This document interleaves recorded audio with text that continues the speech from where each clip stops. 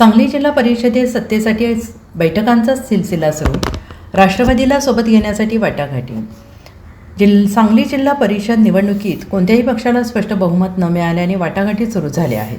सत्तेचा गट बसवण्यासाठी बैठकांचा सिलसिला सुरू झालेला आहे. राष्ट्रवादी काँग्रेसला अजित पवार सोबत घेण्यासाठी वाटाघाटी सुरू आहे. शिंदे सेनेचे पत्तेही महत्त्वाचे ठरले आहेत. महाविकास आघाडी आणि भाजप महायुतीला बहुमत नसल्याने कोंडी झाली आहे. काँग्रेस राष्ट्रवादी आघाडीला सुद्धा बहुमतासाठी एकच जागा कमी पडते आहे, तर महायुतीचे बहुमत 31 जागांसह काठावर आहे.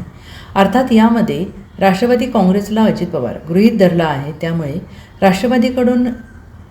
आघाडीकडून राष्ट्रवादी नेत्यांसोबत चर्चेच्या फेऱ्या सुरू आहेत. भाजपानेही त्यांचा पाठिंबा मिळवण्यासाठी महायुतीच्या वरिष्ठ नेत्यांशी चर्चा सुरू केल्या आहेत.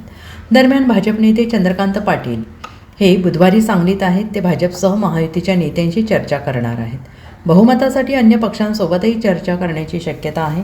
सांगलीत विश्रामबागमध्ये त्यांची पक्षीय बैठक होणार आहे. निकालात सर्वाधिक 18 जागा शरद पवार राष्ट्रवादी काँग्रेसला, भाजप 16, काँग्रेस 11, शिवसेना 7, अजित पवार राष्ट्रवादीला 6 जागा मिळाल्या, तर यात क्रांती पक्ष आणि जनस्वराज्याने प्रत्येकी 1 जागा मिळवली आहे. त्यामुळे सत्तेचे तांगडे निर्माण झालेला आहे. भाजपकडूनही सत्तेसाठी जोरदार फिल्डिंग लावण्यात येते आहे. सांगली जिल्हाध्यक्ष सम्राट महाडिक, आमदार सुरेश खाडे, आमदार गोपीचंद पडळकर, सत्यजित देशमुख तसेच पदाधिकाऱ्यांची बैठक झाली आहे. महायुतीचे मोठ बांधण्यासाठी प्रयत्न सुरू केले. सर्व घटक पक्षांना सोबत घ्यावे असा सूर पक्षनेत्यांचा आहे. सर्वजण एकत्र राहिल्यास महायुतीला सत्ता कायम राखण्यात अडचण नसल्याचं आमदारांचं म्हणणं आहे.